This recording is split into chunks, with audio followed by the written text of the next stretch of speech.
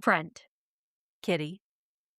I owe you and our listeners a little something more lighthearted after the absolute bummer that I dropped on you guys in my last episode, and Radio Girls wasn't much better. So No. we No. we owe everybody a little bit of a more lighthearted thing.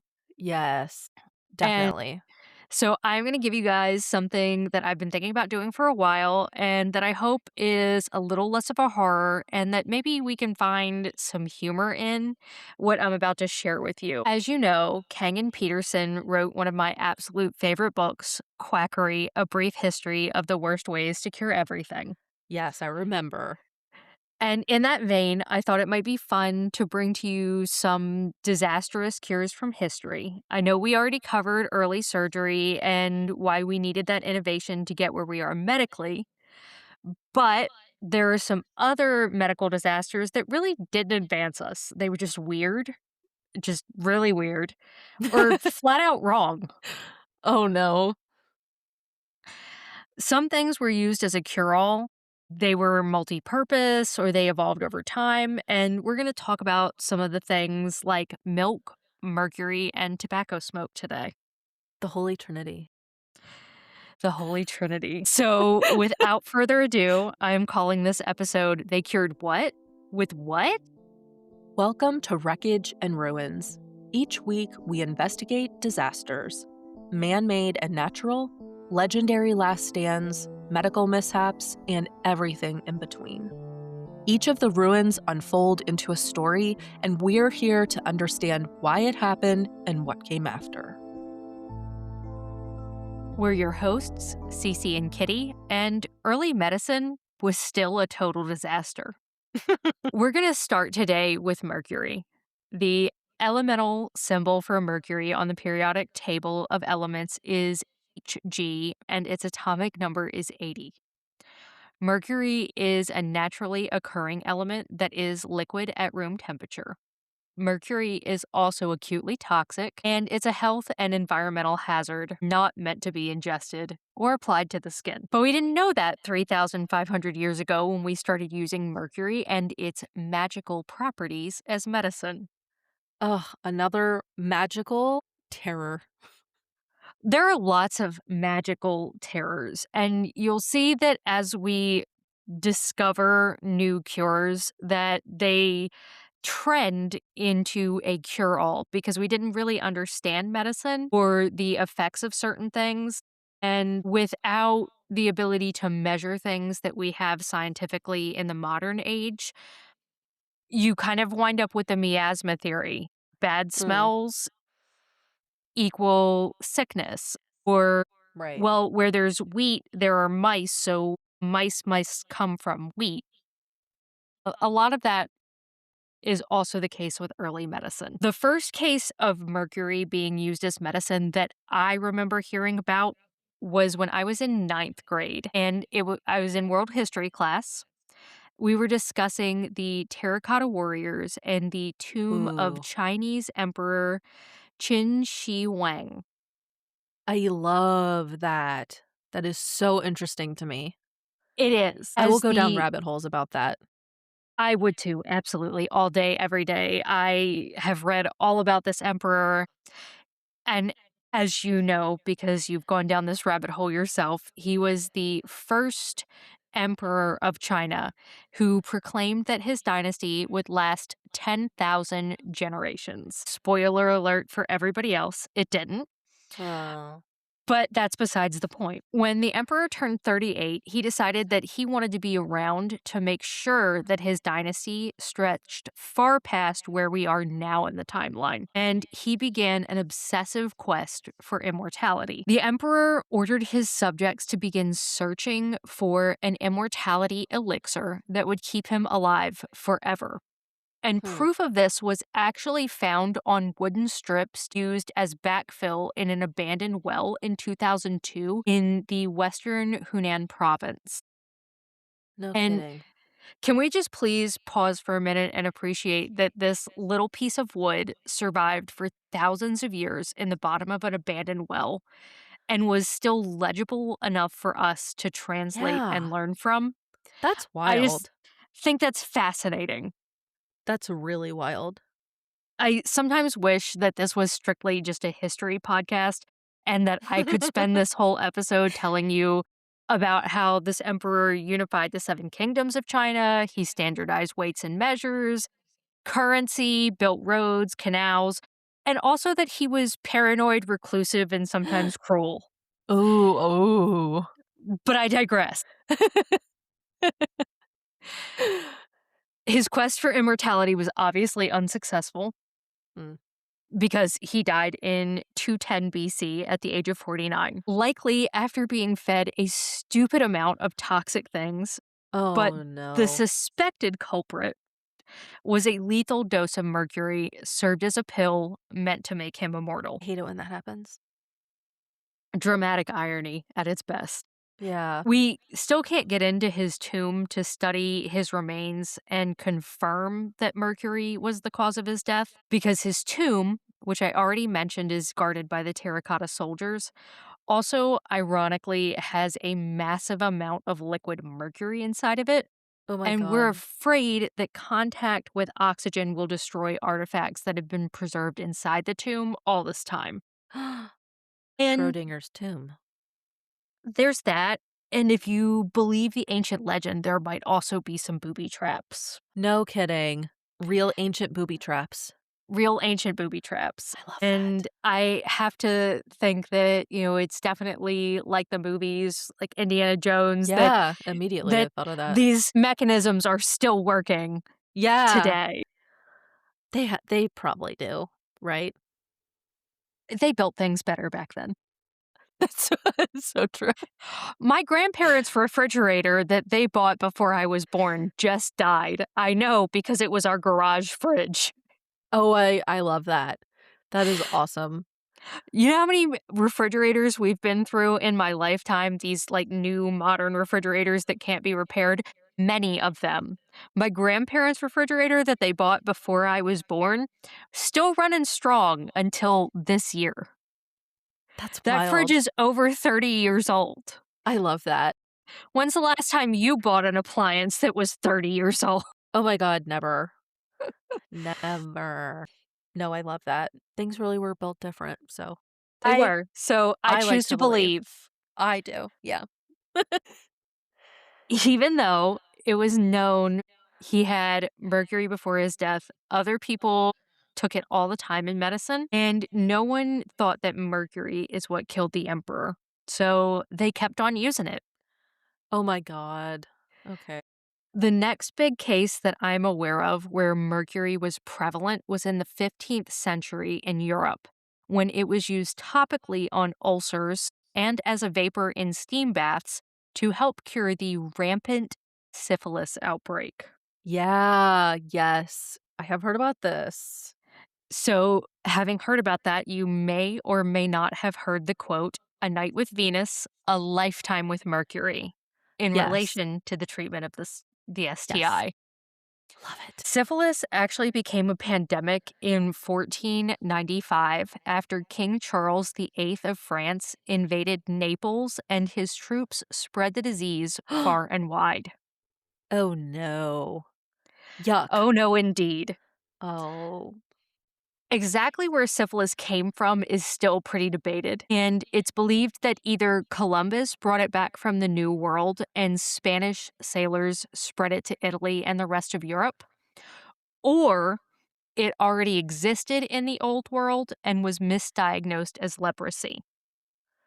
We're not really sure. Interesting. Okay. That is It very was interesting. first noticed as a distinct disease by both armies in 1945. The French, of course, called it the Neapolitan disease, and the people of Naples referred to it as the French disease. Oh, I love that. So they're A both little blaming each other. rivalry. Yup. Both blaming each other. I didn't give you an STD. You gave me an STD. Right. Somebody gave somebody the STDs. We don't know who. but we know someone did. Someone did. Syphilis typically shows up a few weeks after sexual contact with an infected individual as painless ulcers, typically on the genitals, before entering a state of dormancy. And apparently, this initial stage could actually go unnoticed and was easily missed. Hmm. Stage 2 usually follows pretty quickly with rashes, fatigue, headaches, and swollen glands. It can also produce pustules with pungent discharge. Then, Kitty. yep, I know. I can't. I tried to keep it as Oh, surface as I could. oy. Then, over time, the symptoms subside on their own and the disease enters a dormant or latent stage. This stage can actually last for decades before the final stage or tertiary syphilis emerges. So it's really easy to see why people thought that they were cured. It Yes. goes away on its own. Well, I did XYZ, my syphilis must be cured. Right. When stage 3 emerges, it is horrific. During stage 3, a couple of things can happen. Large growths known as gummas can develop, causing bone and skin to begin to rot away. It looks like pretty much a big ulcer. Oy. Other lesions may also appear, often on the face of the infected person. And in some cases, organs such as the heart and eyes may be impacted with permanent damage. And in a few cases, the brain or nervous system may have been affected, leading to commitment to madhouses or asylums. So is that why a lot of those noble people had wore masks because of their rotten noses? Yes, and we're going to talk about that. Oh, okay. Sorry for spoiling it. I knew that, and I was No, like, okay. no spoilage. We're going to talk about it. Okay, good. According to National Geographic, we can tell if historic remains had late stage syphilis because there are often obvious pits in the skull of the person, or they have something called saddle nose. And that's where the nasal bridge collapsed due to bone and cartilage loss. Ugh. Yeah, really gross. Yeah. Other signs include saber shins, where the tibia thickens and bows, and something called Hutchinson's teeth, which is peg shaped upper incisors. And that's common when syphilis is transmitted from mother to child during pregnancy and birth. No kidding. Okay. Um, So we can see very clearly if someone had syphilis from their remains. Okay. That's very interesting. In typical fashion, as is with all STDs or STIs, however you're referring to them, it affected all classes of people, and men were not subjected to the moral censorship of their sex lives.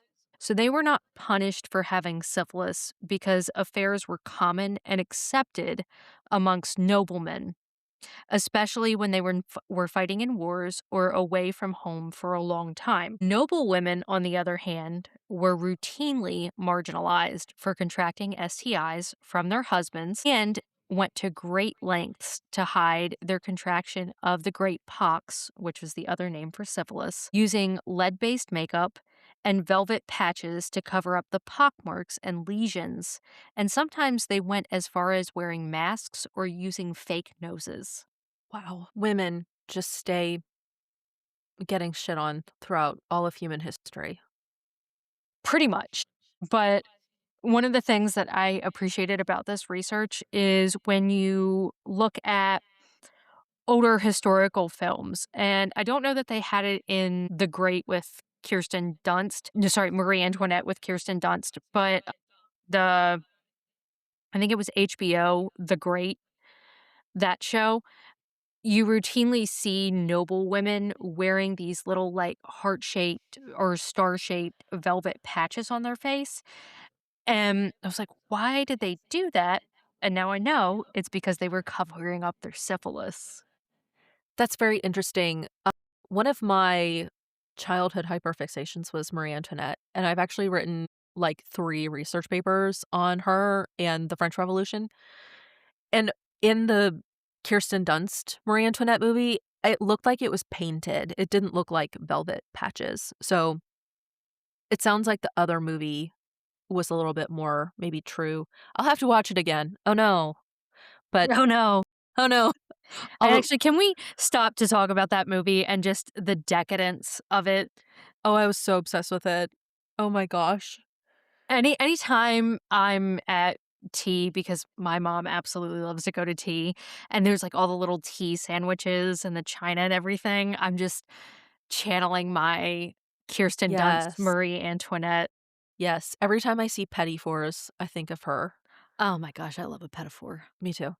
So, yeah, I We love actually it. ordered them, like, we ordered the ones that William Sonoma made special for Bridgerton when we were watching Bridgerton. Yeah.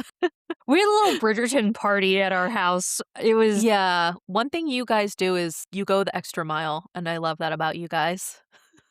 just like a party. You do. You're good at it too. Thank you for that. Of course. Back to the episode. The women who were wearing these velvet patches or fake noses to cover up their lesions also probably didn't know that they had syphilis, because doctors would often lie to them to help cover up their husband's infidelity, and they treated the women in secret. Oh, man. Of course. Of course. Of course.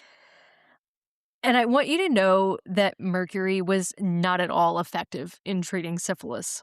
People either died from the treatment and syphilis was blamed for their death, or they made it to that latent stage. Mm. Okay. Because so many people made it to the latent stage, they thought that mercury was working and curing the syphilis, and it continued to be the primary treatment for syphilis until 1943 when we Ugh. introduced penicillin. My gosh. It's a long time, That's terrible. a disturbingly long time. Yes. Yeah. Oh my god. Treatment was a little more manageable than slathering yourself with mercury in the late 17th century when a pill called the blue mass emerged. The pills were a compound of elemental mercury mixed with things like licorice root, rosewater, honey, and sugar. Hmm. Those pills were prescribed to be taken 2 to 3 times a day, and if you follow the recipe I just mentioned with the appropriate amounts, it would be about 9,000 times more mercury than the EPA says is safe for human to be in contact with. 9,000? 9,000. That makes me scared. So My you armpits were hurt. definitely poisoning yourself. Yeah, yeah. Yeah. Holy shit. Oh my Yeah. god. If the syphilis didn't get you, the mercury was gonna. Yeah. And expeditiously. Definitely. You could also be treated with something called calomel tablets, which is mercury compounded with other minerals to create a white, odorless, and tasteless powder, which would then be pressed into tablets and also treated like a miracle drug. Abraham Lincoln, Edgar Allan Poe, Civil War soldiers, Louisa May Alcott, who wrote Little Women, were all treated with mercury tablets for a variety of ailments, ranging from depression to typhoid and cholera. My god. Lincoln stopped taking the pills that were treating his melancholy, otherwise known as clinical depression, 5 months into his presidency because he said they made him feel cross and he was exhibiting some strange behavior that we now know is related to mercury poisoning. Oh my god. Well, good on him for being like, actually, no. I'm like, this is not the vibe. Yeah. I'm getting worse. Not better. No. Some other symptoms of mercury poisoning are coughing, trouble breathing, bleeding gums, nausea, a metallic taste in your mouth, diarrhea, bloody vomit or stool, tremors, memory loss, seizures, double vision, blurry vision, blindness, hallucinations, gastrointestinal disturbances, and skin rashes. And I'm sorry I just sounded like a commercial for a medicine you should ask your doctor about. But like I said, if the It was disease just didn't get you, the treatment everything. would. Yeah. That covered, like, all the bases, basically.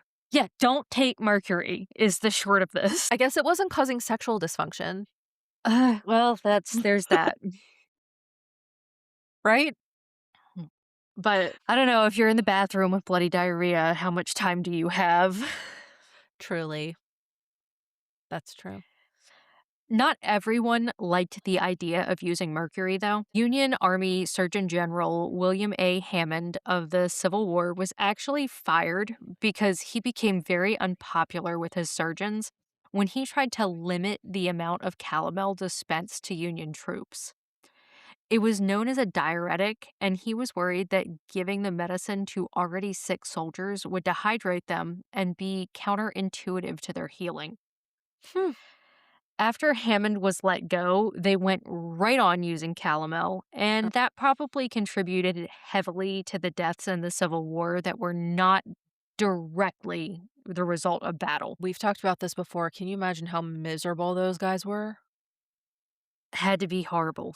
Ugh, torture. Mercury went on to be used as an antiseptic during both World Wars and as a diuretic or a medication to remove excess moisture from the body by the way of making you pee through the 1950s until better medications were introduced. Some parts of the world still use mercury in their medicines and antiseptics, and we did here in the United States up until April of 1998 when the FDA banned it in over the counter products like mercurochrome or murochrome, which was a dressing or something to help clean a wound.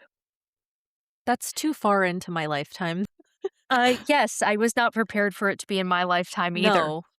The FDA also banned mercury compounds in childhood vaccines back in 2001.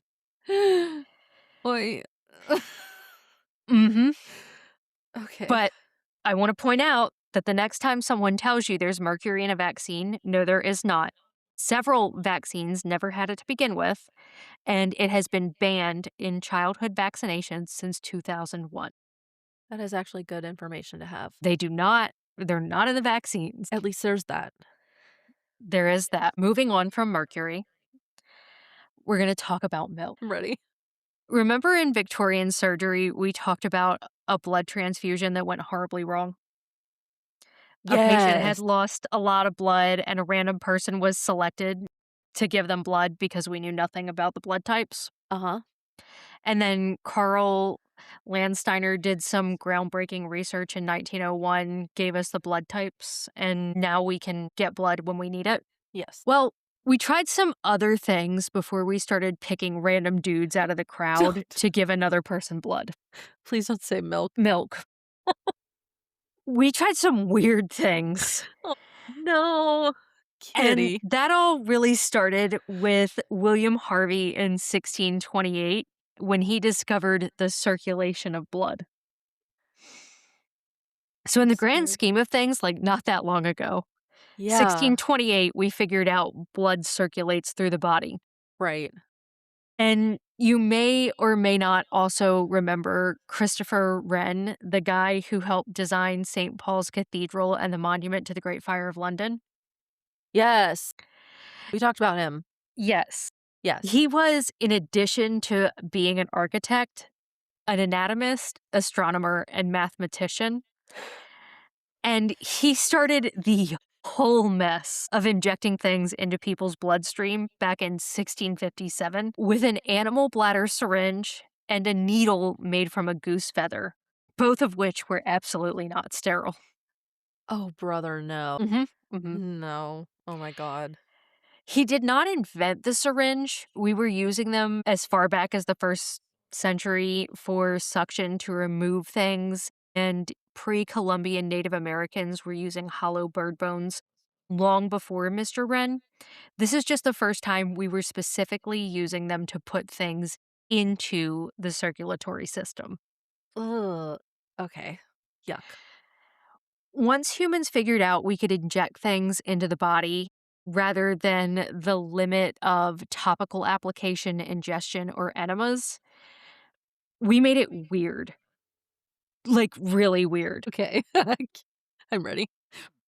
Richard Lauer ran with Christopher Wren's idea and performed the first successful blood transfusion between two dogs in 1665. And I use success loosely here. In a horrible case of show and tell, one dog was bled to the point of near death, and then another larger dog was used to replace the lost blood. The larger dog died in the process because they took too much blood, but the Oh. dog that they were trying to save lived, and so they called that a success. I don't Ugh, agree, no. but I didn't write or perform the study, so Right. no, I wasn't asked. Yeah, nobody asked us, because then we would have disagreed. Then, for reasons that do not make sense to me, Lauer also thought that lamb's blood would be a good cure for mental illness, and he transfused a mentally ill patient with the blood from a living lamb. Oh, The what the hell? logic, I know, the logic here was that the man was insane and violent, and lamb is a docile and gentle creature. So if you give the blood of something docile to something violent, then the gentle blood would cancel out the violence brought on by mental illness. They were doing their best, so there's that. But that honestly kind of made me think of when you're in grade school and you're doing like the scientific method, and you have to come up with a science project. That's kind of what that sounded like. A first grader was like, well, the lamb's a willy, calm and willy nice. And then if you put the blood of that into the other guy, then he'll be willy calm and willy nice. Yep, that was literally the thought process. And I don't think I Excellent. need to tell you this. It didn't work. Spoiler. Okay. The man lived, but the lamb's blood did not, in fact, cure his mental illness, and it did also not make him less violent. This same thing was tried several more times with other patients who were considered mentally ill and other docile animals, such as calves, and most of those resulted in death of both the patient and the animal. Ugh, Then in 1667, Jean Baptiste used sheep's blood for a 15-year-old boy in need of a transfusion after a series of bloodlettings. The boy survived the procedure and improved. The sheep sadly did not. And it is speculated that the success is due to the small amount of blood being used. And I don't know if you know this, but people and sheep do not have compatible blood. thank you for making sure everybody knows that. Yeah. We're not cross compatible. No, no. And though the boy did live, he also suffered severe anemia. And so he was alive, but not really better. Yeah. Ugh. Jean Baptiste did not want to use human to human transfusion because most of the time the donor in this situation died, and in many cases, a transfusion was risky and used as a last ditch effort to save a person. So you would more than likely be killing a person to save a person who was already likely going to die anyway, That which makes is sense. sound logic. Yeah. But his other transfusions did not go well, and he killed several patients. Oy. The Royal Society, French government, and Vatican all banned the blood transfusion experiments due to the number of deaths associated with them and the added argument that the doctors were playing God in the late 1670s. And blood transfusion research stopped for 150 years, Wow. No kidding. which is that's a really long time. It is a really long time. Then they brought it back in the 1800s with some mild success. In 1818, James Blundell did the first successful transfusion from human to human out of sheer luck of those patients having compatible blood types. But in the majority of cases, the same problems kept happening. People kept dying because we didn't know anything about blood types with human to human transfusions, and people and animals were not compatible. So, the solution was to use a substitute milk. No. How do you make that leap? I'm going to tell you. Oh god, kitty. Doctors James Bovell and Edwin Hodder of Toronto were trying to treat or cure Asiatic cholera, and they injected the first human in 1854 because they believed that the fatty particles in milk would transform into white corpuscles, which is what they called white blood cells. So they thought the fat in milk would become a white blood cell. Okay. Mhm. Sure. The first patient was given 12 ounces of warmed cow's milk, and that seemed to do the trick. The second patient also showed marked improvement. The next 5 patients, not so lucky. They died. But doctors Boville and Hodder were confident in the success, and they actually tried to requisition a cow for the hospital to do more transfusions, and were fortunately denied. Boy. But it worked once, right? So it can probably work again, right? Sure. And it became a popular idea in North America in 1873 to treat tuberculosis and other ailments. Some people responded well to the treatment, but most of the patients slipped into comas and died after experiencing chest pain, vertigo, involuntary eye movements, and headaches. Oh, it stresses me out so bad. Yeah, me too. Why are we using human guinea pigs? After a repeated number of failures in human patients, Dr. Joseph Howe thought that maybe he should probably use dogs to test out some of his theories involving milk and not people. Dr. Yeah. Howe bled the poor things until they lost consciousness and then replaced their blood with goat's milk. All of those dogs died. However, Ye yeah, I know. Obviously, of course they did. But we're learning new things here. Okay, sure. All of those dogs died. However, Dr. Howe did not think that the milk was the issue specifically, just that it was too much milk. Okay. I Okay. know. I know. In 1875, Dr. T.G. Thomas, a gynecologist in New York City, also thought that goat's milk would be beneficial in his practice and gave a woman suffering from uterine hemorrhage a milk transfusion. She managed to survive that, and he included it in his practice, transfusing another 7 women over 3 years, and wrote a paper supporting the practice where he stated the injection of milk into the circulation in place of blood is a perfectly feasible, safe, and legitimate procedure. In 1878, other doctors in the US and England were using milk transfusions and really thought it was going to replace blood and blood transfusions altogether, even though patients were dying. I was gonna say, am I crazy? Like, is that a real thing? Am I being a hater? No, you're not being a hater. People were dying Okay. left and right. Okay. Thank you. Okay.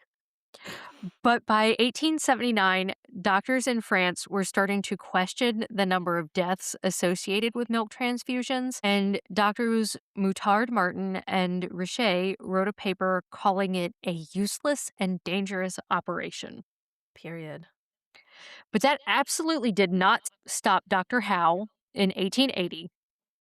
He thought maybe the issue with his human patients was that he was using animal milk and that that was not compatible with humans. So he sourced, and I don't want to know from where or from how, 3 ounces of human milk for transfusion into a woman with unspecified lung disease. And she died Oh. like immediately after. Oh, brother. So Yuck. I don't want to know where. I don't know Yuck. how. I don't want to know why. But the animal milk isn't doing it. So maybe like human milk will fix this issue. Can you tell me they abandoned the milk thing after they did the human milk? We're getting there. Oh god. He did manage to resuscitate this woman with rescue breaths and injections of morphine and whiskey. Injection of whiskey? Yep, just like straight into the bloodstream. And Um, that is what finally convinced the man that milk was not a suitable replacement for blood. can you inject whiskey? I would It not. I would not. They were just putting anything into the bloodstreams directly of these people. Anything. JFC. Oh my gosh. Okay. Yep.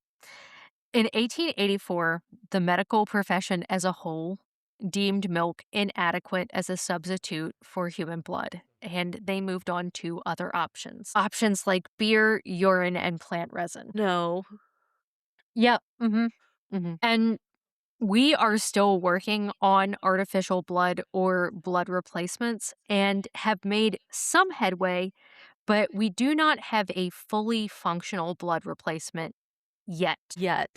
Yet. We're Yet. still working on it. And I want to say that at least the beer, unlike the milk, was pasteurized Yeah. when we started injecting it into people. Pasteurization was developed by Louis Pasteur, who we've talked about before, Mhm. to preserve wine and beer sometime in like the early 1860s. Milk wasn't pasteurized until 1886 in Germany, and it wasn't widespread until the 1890s to 1910s. And I do not want to hear about raw milk being better from you. Do No. not message us, do not No. comment about it. I do not want to hear it. Don't. Don't. I'm We're I'm not going here for to that. I'm going to give you a little history on milk because it's not better for you, and we know that it's not better for you.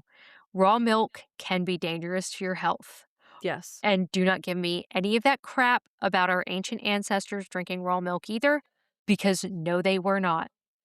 I feel strongly about this, and I've compiled research to back up my statement. No. I'm right there with you. Our ancestors were making cheese and a form of yogurt, the process of which ferments the milk and makes it safer for consumption. No one was just drinking milk other than mother's milk. 300,000 years ago, when Homo sapiens emerged as a species, because we had not yet developed the genetic mutation that lets us drink milk as an adult, and it took a very long time to get that mutation widespread in the population. In 2026, some modern populations still have a 90% intolerance rate to milk. Yeah. Not me. Parts of the But world, 90% of the human adults cannot drink milk. So, yeah. no, our ancient ancestors were not just out here drinking raw milk. No, I That don't is a believe that. lie that has been told to you by tradwives on TikTok. Do not drink raw milk. And you know what happened when you drank raw milk? Bad things would happen to you, including, like, mothers losing their babies and babies dying and things like that, if they did. Right. We didn't start drinking milk fresh right from the cow until sometime in the last 200 or so years because it made us sick. In a time when a splinter could put you 6 feet under, we were not looking for things to give ourselves diarrhea and cramps. Yeah, absolutely not. And milk being sold in the mid 1800s, which I really could do like a whole episode about, was specifically killing thousands of people because we didn't have refrigeration or industry regulation, and we were relying on ice to keep it cool as it traveled. There was no regulation to keep it clean or to keep the cows healthy. Plus, not being pasteurized, it could have things like tuberculosis, E. coli, salmonella, and more, which is Gross. still a problem with Yeah, modern unpasteurized milk. right. Ugh. Then, on top of that, to stretch the product further and hide poor quality due to lack of refrigeration, things were added to unpasteurized milk like chalk, pureed brains, embalming fluid, and Stop. Yeah, formaldehyde to help it not spoil between the dairy and your door. Gag. Oh my God. A lot of people boiled their milk before they drank it to try to make it safe. But when you have those kind of additives, how safe can raw milk really be? And don't get me wrong, even in 1890, when milk pasteurization was introduced, there were people who were suspicious. They said it took the benefits of milk away, just like there are people today out here willing to risk tuberculosis to drink raw milk. But there is overwhelming evidence that pasteurization of milk is on the same level as vaccination and disinfection of drinking water in terms of benefit to public health. Like, I could do a whole episode on this, and I am sorry for that crusade against raw milk, but if I can convince even one person that raw milk is not worth the immense risk, it is worth it to me to share that information with you. No, I think that was a really good PSA, and you did it really well, so I appreciate it, Kitty. Are you ready for more? Because the next thing is something that we have already talked about in the King Tut and Hope Diamond episode: Ooh. medical cannibalism. No, no. Oh my God. I know I'm not ready. Okay, tell me. Okay. People have believed that the consumption of the human body could cure other humans of a variety of ailments for a pretty long time. And Richard Sugg wrote a neat book about it called Mummies, Cannibals, and Vampires, where he explores the history of corpse medicine in ancient Rome around the year 25 and its translation to Europe through the 1890s. For instance, between the 1st and 6th century, the fresh blood of a gladiator slain in combat was said to cure epilepsy, and people believe that so much that when gladiator combat was outlawed, the blood of people being publicly executed, preferably by beheading, was used as the next best thing. That's so insane to me. It's wild. And if you couldn't afford to buy it from an apothecary where it had been processed with other healing herbs and remedies, you could always just pay the executioner a small amount for a cup of fresh, warm blood directly from the block. Oh no. Oh no. Yeah, Yikes. I was shook. Um, yeah. I would have never guessed that in a million years. Yep. And, maybe warm blood and the apothecary weren't your style. And if that was the case, you could always use the 1679 recipe for something called blood marmalade. No. Just No. no, No. no, no, no. It, of course, was not at all effective, but people drank it, or in some cases ate it, because they believed that consuming the blood of a young, healthy man who died a violent death would impart some of his health, vitality, or virility onto them. Gross. Mhm. Gross. Okay. We also believed for far, far too long that sungnia, or human fat, was a pretty good cure for a lot of things, including the reduction of scars and joint pain, as well as the regeneration of tissue like tendons or nerves. Human fat had its own black market, and you can read way more about that in Christopher E. Forth's book, Fat, A Cultural History of the Stuff of Life. That makes me think of Fight Club. A little bit.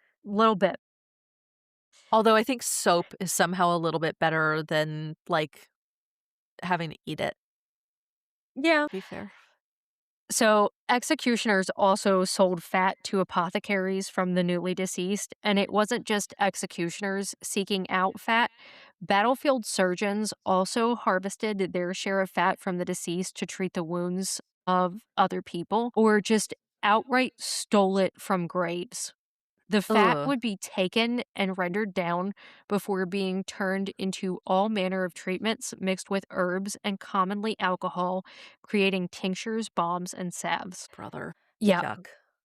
So if you're an executioner, you really could make some money off of blood and Yeah, fat. and somebody was paying you on top of Yeah. that. Yeah. You're being paid for the execution, paid for the blood, paid for the fat, and possibly the human skull, because Ugh. we have quite the fascination with the human skull. Mm. And given that executions, particularly by beheading, were all the rage in the 16th and 17th century, there were plenty of them to go around. If you were bougie like King Charles II or Queen Mary II, both of England, then you may have used a skull as a cup to drink alcohol or a medicine called King's Drops, which was made with powdered skull to cure your seizures or act as pain relief. And so, yes, they were drinking powdered skull and alcohol out of a skull because drinking skull powder out of a skull made the skull powder somehow more effective. Skull squared. It's also just metal as fuck, It honestly. that is metal as fuck. If you were really, really lucky and you had the money for it, your skull medicine might even be mixed with chocolate. And Ooh. I am struggling with that because we're drinking our little chocolate sweet treat right out of a skull, and it is just too bizarre, but also fascinating for me to wrap my head around. I know. That's wild. Not many people can say that they've held a human skull in their hands beside us, obviously. Right. Having done that, they're intimidating too. So I wonder if they were adorned or if they were raw. I don't know. I would That's a have to really think good that question. the skulls that royalty were drinking out of had to be adorned. Right. Yeah, for sure. But still, that kind of makes you think that's yucky. It's yucky and it's weird and it's gross, but it's also just so So cool. so cool, so interesting. Like, I'm enthralled. Don't get me wrong. I also just there's so many things floating around in my head right now. It's like I'm just so fascinated by the logic. Yeah. And to further that, skulls were also intentionally left in damp places to grow beard lichen or moss, which was then scraped off the skull and powdered to help control hemophilia and frequent nosebleeds. And so that really makes me wonder how many skulls Rasputin had just laying around. I know. Yeah, that's a good question. Like, I need to know. The skull, of course, had nothing to do with it. Beard lichen actually does have some mild antiseptic properties, and using it as a powder would have helped with clotting. So, good strategy. I think that the skull was just for the drama of it. Right. And they probably got to charge more too. Like, I couldn't find Oh, data on it, yeah. That but was I a good wonder markup. if the type of human skull played a part in the price. Would lichen from a convict who died of beheading be worth more than lichen from a skull of unknown or questionable origins? It had to be. This is Right, my finest human skull. right. This wasn't some common criminal. This was blank, blank, blank. A, g- a gladiator. You know, Yes. this is Mhm. a fine skull. This was from a fine skull, yeah. Yeah, Wow. but on to what you really, really want to know about eating mummies. Yes, we've dipped our toe into the mummy eating thing. Yes, and so here's a Yes. little refresher. People mistranslated the word mummia. Originally, mummia was natural asphalt from a single mountainside in Persia. It was prized for its healing properties. Western Europeans not only mistook mummia for mummy, they also misunderstood the embalming process as a whole, thinking the resins, tars, and perfumes used as secondary steps were responsible for mummification, not the natron used in the drying process. So they thought the mummy and its wrappings being soaked in these resins had magic healing powers, lending credence to the mistranslation. And the rest is history. Wow. Ground mummy was prescribed for literally everything, just like mercury. It just Headache? blows my mind. Why is it that all of these miracle things become a cure for everything? Because It's we not didn't just the one understand. thing. I don't know. Well, it's bothering me. So, Well, and like what's absolutely wild to me is as far as we've discussed through this episode, You could go to 2 different doctors for the same issue and be prescribed some form of human body part to eat or mercury. And that's insane. Like, headache? Eat some of this ancient ground up dead guy. Heart palpitations? Mummy will fix that too. Extra hair? Not enough hair? Joint pain? You name it, ground mummy is gonna fix it. Combine that with blood and human fat, you're gonna live forever. You know that somewhere in history there was somebody who got the trifecta? You know that there was. Yeah. And honestly, it is a wonder that people thought that opening a tomb would cause a curse, but not eating the mummy inside of it. Right. We broke the seal on the tomb. All the people that did that cursed for life, but we can eat the mummy inside, good to go. I wonder what kind of cognitive dissonance it takes to separate the fact that it was a human from the fact that you're eating it. I Did don't know, nobody be like, the mental gymnastics to get to that point. because, like, in so many cultures, that's, like, one of the most basic taboos is cannibalism, like, pure cannibalism. So, what's the difference? Like, I guess 2,000 or so years. I'm like, I wouldn't have eaten the human mummy. No, that's disgusting. That's so gross. I don't know how they were convincing themselves to do that. Well, we also believed in miasma, spontaneous generation, and that if we drank blood from the executioner's block, we would suddenly be virile again. So, Something's telling me to throw in there that my OCD tells me a lot of really weird things I have to do in order to make or not make something happen. So, yeah. to their benefit, I guess there's that. But right now in this moment, I can't put myself there. Well, in this moment, we know better because it's Right. 2026. But they were doing the best they had with what they had. And also, there was no regulation. So it's like, eat this ground up Right. mummy, I guess. Yeah. Fuck it. Egyptomania was in full swing during the Mm, Victorian era. And that's Napoleon's fault interesting. because Napoleon's 20,000 troop invasion of Egypt in 1798 brought back artifacts like the Rosetta Stone, Mm. mummies, pottery, art, and more. People were immediately obsessed, and they wanted those things for themselves. Very much like we were obsessed with our Egypt books and seeing the mummies Yes. in the museum.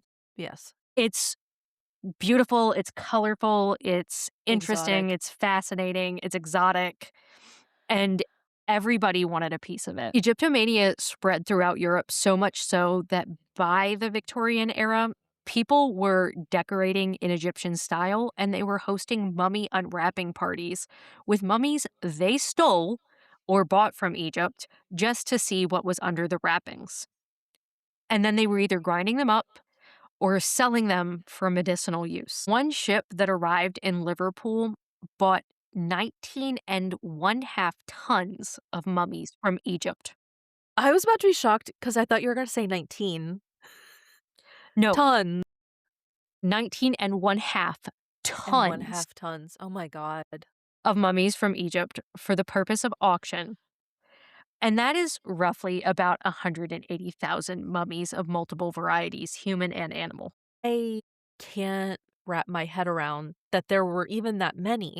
It's insane to me. It's a miracle that we have mummies at all. I know. Truly. To study, to view for preservation purposes, for understanding the past. It's honestly a miracle to me that we have mummies at all. Yeah. Holy cow. But there was such a demand for mummies and a lack of ability to get them out of Egypt that another black market emerged and fake mummies were made. Body snatchers, executioners, grave diggers, and anyone else that you can think of who might have been swayed by a heavy coin purse were selling bodies to be turned into mummies that were preserved with salt, questionable drugs, and dried in an oven, and then ground up and sold to apothecaries. You know, they could have taken anything and ground it up and said, "Oh, here's your mummy dust." But they chose to still kinda half-ass it with a Oh, like DIY mummy. Like, here's a real human body, just kiln dried. Yeah. Why wouldn't you just be like, "Oh, here's this." Why wouldn't you take a Fireplace log? ash. Yeah, fly anything, anything, you name it. It could have been that, and no, they were like, "No, if we're gonna make fake mummy powder, it has to be real human." Maybe they thought that Like it was, anyone like could tell. right. Oh my god. Okay. Yeah.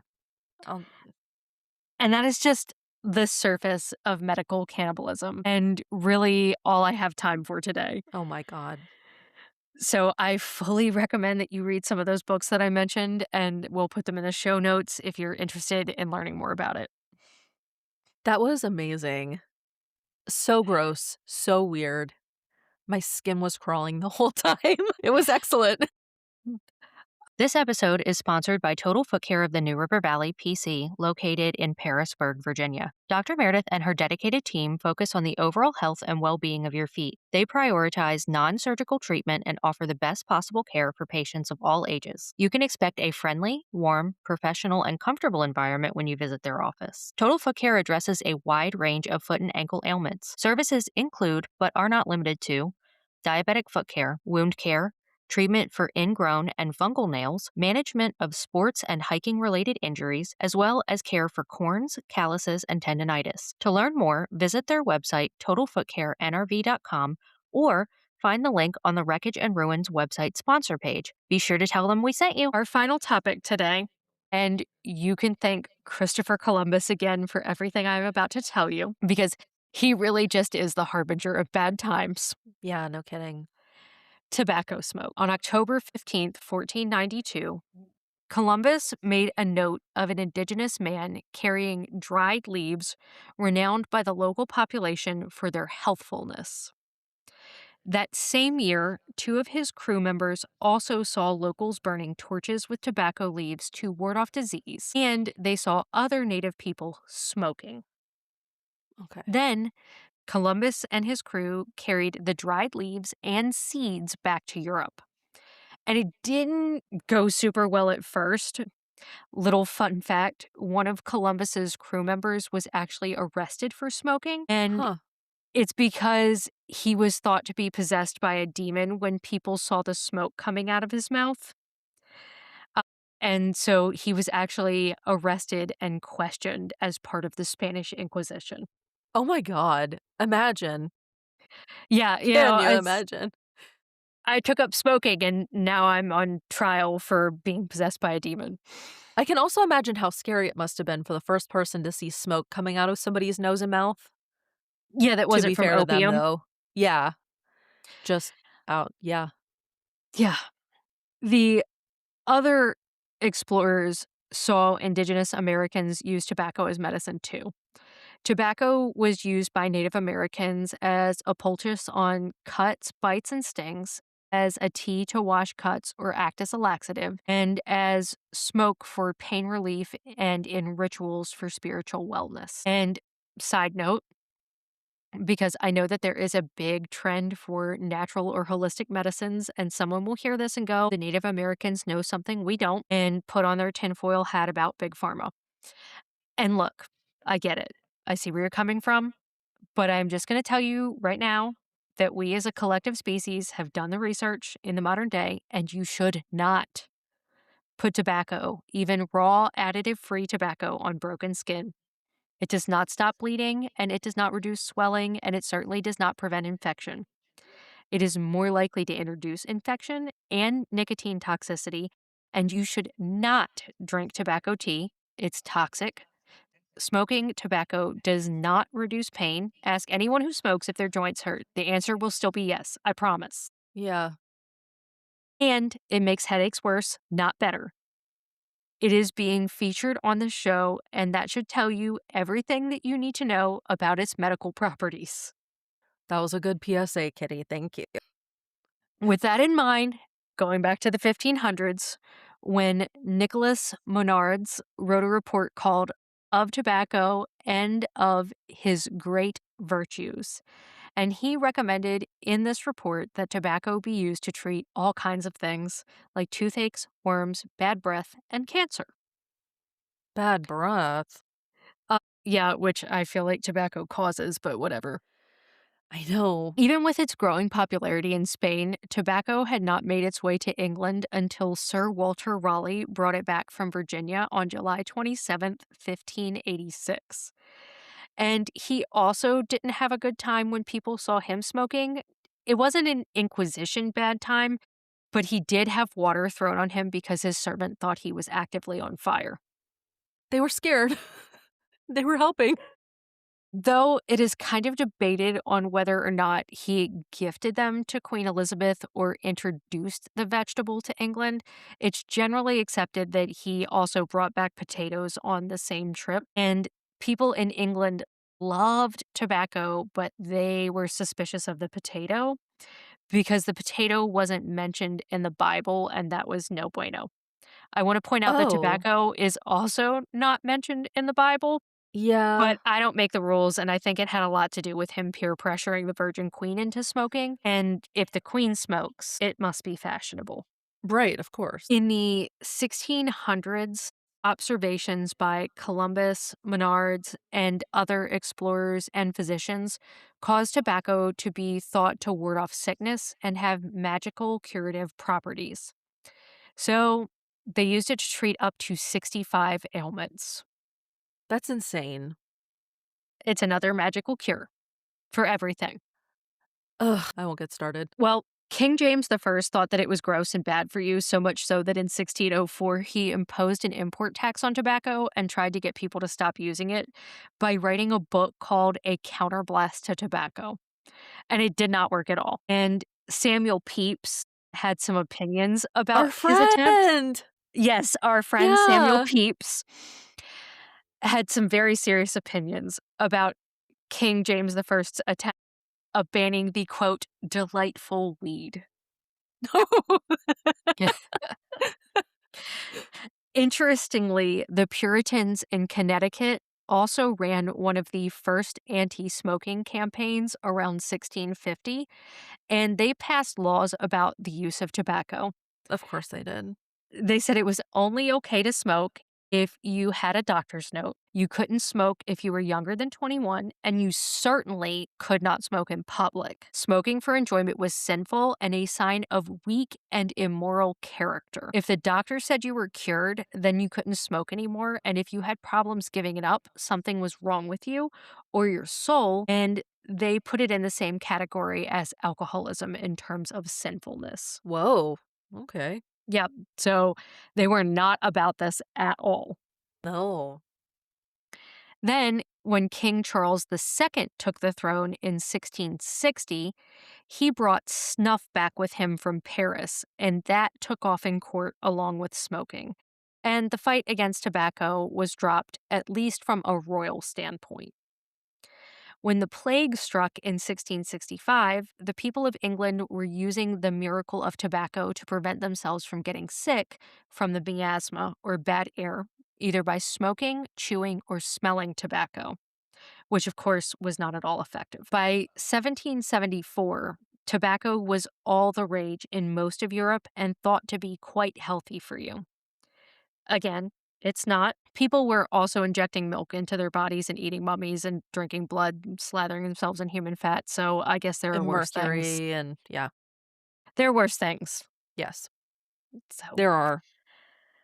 but for now, we're going to focus on the doctors William Hawes and Thomas Cogan, who formed the institution for affording immediate relief to persons apparently dead from drowning, which was later shortened to the Royal Humane Society when Her Majesty Queen Charlotte, yes, the one from Bridgerton married to King George Ooh. III, who we sought our independence from, sponsored them. Wow. Okay.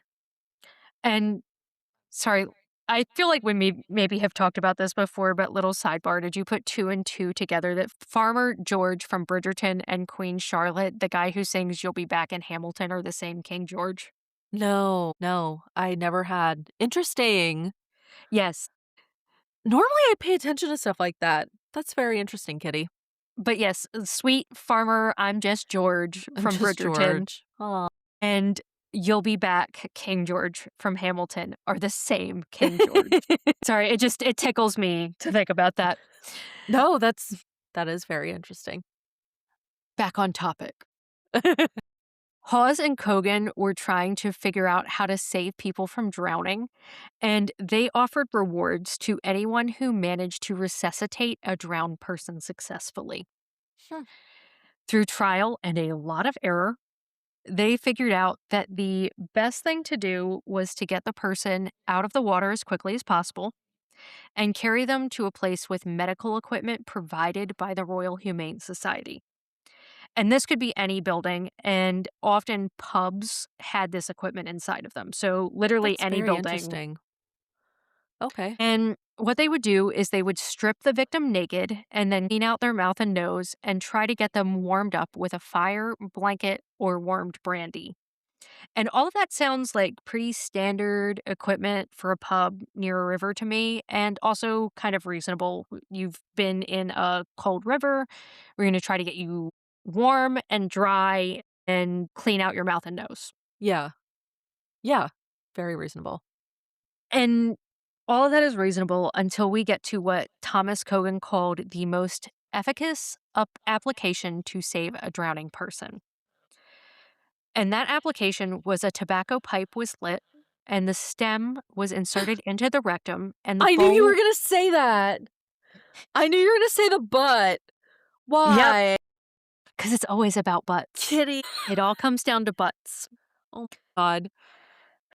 Okay, so this- you put it in the butt, and then what? And then you blow on the bowl to force the tobacco smoke into the rectum or intestines. And the bright idea here was that you could simulate or stimulate respiration if you inserted a tube into a half-drowned person's anus and blew tobacco smoke up there. It was supposed to do two things, actually. It was going to help them breathe and warm them up. And if that didn't work, hopefully with a different tube, they would try artificial respiration, shaking you violently, bloodletting, or burning your feet with a hot poker. My God, Kitty, that made my armpits hurt so bad. I can't believe that. Like, God bless them for trying to, like, help people who had been drowning, right? Or who had drowned. But I mean, there's some logic to this. Not good logic, but logic. Holy shit. It's Tobacco. Hey, from episode 1, this got cut. This is on the cutting room floor from the vault. If somebody's passed out, you use the old silver bullet. You know? Wait, Yep. that's what they call it, right? Yes. The silver bullet. Okay. Yeah, that got cut. I mean, that's way fair. back to from episode 30 to episode 1.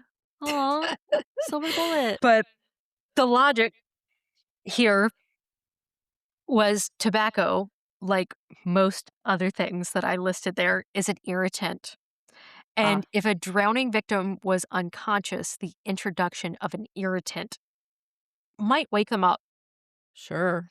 And I guess that's kind of like smelling salts when someone fainted. Yeah. Of course, they didn't really know that it was the irritation in the tobacco smoke that was the cause of the person waking up. They really thought that they were helping the person breathe, like that this was benefiting their lungs. Oh, okay. Eventually, this became standard practice, and they thought that it might be better to use a tube instead of just a short pipe, because I guess they didn't want to, like, put their mouth so close to someone's butt. I don't know. Sure. Valid. And kits to save people from drowning began including these tubes. And tubes. if I can find one, I will post a picture of this kit on our social media. But what you need to know is that the bellows or accordion looking thing to push air through the tube was absolutely not a part of the original kit. And so you had to put a tube in a person's bottom and then put your mouth on that tube. And I don't know if you've ever smoked, but sometimes you cough when you have a lung full of smoke, and coughing causes you to inhale. And so if your mouth Kitty, stop. is connected to the tube and you cough, you could very easily aspirate whatever is inside that tube and the anus it's connected to into your own lungs, leading to things like poop and bacteria. in your mouth and in your lungs. I'm gonna vomit. Yuck. And Yuck. so when tobacco enemas became popular to treat everything from headaches to hernias, they added the bellows because I guess it was difficult to manually provide tobacco enemas to so many people, and maybe they didn't like having poop in their mouth. I don't know why they Who added, knows? but they added the bell. Yeah. And I am just so thankful for modern medicine. Like, Yeah. can you imagine having an upset stomach and you're just, like, leaving it up to some guy who's like, "You have ghosts in your blood, you should do cocaine about it," Yeah. or take this pill of mercury, and maybe that's not your style. I can give you some ground up mummy to eat, or you know what would really be good is if you, like, ate this ground up mummy mixed with chicken broth and mercury at the same time I was literally blowing smoke up your ass. Literally. Oh my And god, also, Kitty. yeah, that's where that phrase comes from, fortunately. Oh my god. Yep. Holy crap. Yuck. Yeah. And also that's a thing that happened for upset stomachs. They did recommend that you eat chicken broth simultaneously while someone blew hot smoke up your ass, specifically tobacco smoke. I think they were just doing this for fun at some point. I know. This, you know, like they were just putting things in their butts for fun. At some point, it stops being about learning and advancing medical science, and it starts becoming about being like weird freaks. Right. And so I don't know where the line is. I know, not to yuck anybody's yum, but it sounds like this was not always, like, consensual, obviously. You know, whatever you do with another consenting adult in the privacy of your own home, I don't care. Yeah. But, you know, this was you drowned, and the next thing you know, someone is blowing their dirty air into your dirty derriere. Yep. I And can't. fortunately, this practice fell out of fashion in 1811 when Ben Brody discovered that nicotine is in fact toxic to the heart. So, Thank you, Mr. Brody. yep, there you have it. A whistle stop tour through some of history's most questionable medical life choices that gave us virtually no beneficial advancement. From drinking liquid silver and swapping blood for cow's milk to snacking on mummies and having tobacco smoke literally blown up your backside, it's a miracle that any of our ancestors survived long enough for us to be here talking about it. If today's episode taught us anything, it's that we should be profoundly grateful for clinical trials, the FDA, and the fact that most doctors today won't try to cure your headache with a powdered skull and a shot of whiskey. So, thank you for listening to me. Kitty, that was intense. That whole episode was so insane. Every single part of that was crazier than the next. It's just not what you're expecting, and it gets weirder as you go. It keeps getting so weird. Every time I think you've gotten as weird as you can probably get, you shock me by being more weirder. I know, it just kept going up. Yeah. Oh, I can't wait to tell everybody about, well, after the episode comes out, I will tell everybody about the butt smoke for sure. You know that after I have like a couple of drinks, I won't be able to stop talking about the butt smoke. I've already started, so We gotta share that wealth. yes, everyone needs to know about this. Oh my god. It's important. Yeah, it is important actually to me. Thank you, Kitty. This was a Oh, great episode to come off of Bhopal and Radium Girls. yes, two absolute bummers. It's funny, but it's not funny, and it's just, looking back, you're like, wow. It's that like horrifying and thing of like kind of you have to laugh because it's so absurd. Yeah. Absolutely. So I I'm thought it would grateful be every just a day nice for little cushion episode to give everybody a little bit of relief and a little bit of laughter. Yeah. Thank you, Kitty. That was really good. That was awesome. All Appreciate right. it. Well, we'll see everybody next week in the aftermath. Till then. Until then. Wreckage and Ruins is researched, written, reported, and edited by us, Cece and Kitty, with music by Tearing Down the Circus, and the show is produced by Wood and Wreckage, LLC. You can find us online at wreckageandruins.com and on TikTok, Instagram, and Facebook. You can listen to us on all major platforms, so if you like what you're hearing, please give us a rating, leave a review, and hit subscribe. It all makes a big difference. Thanks for listening, and we'll see you next week in the aftermath.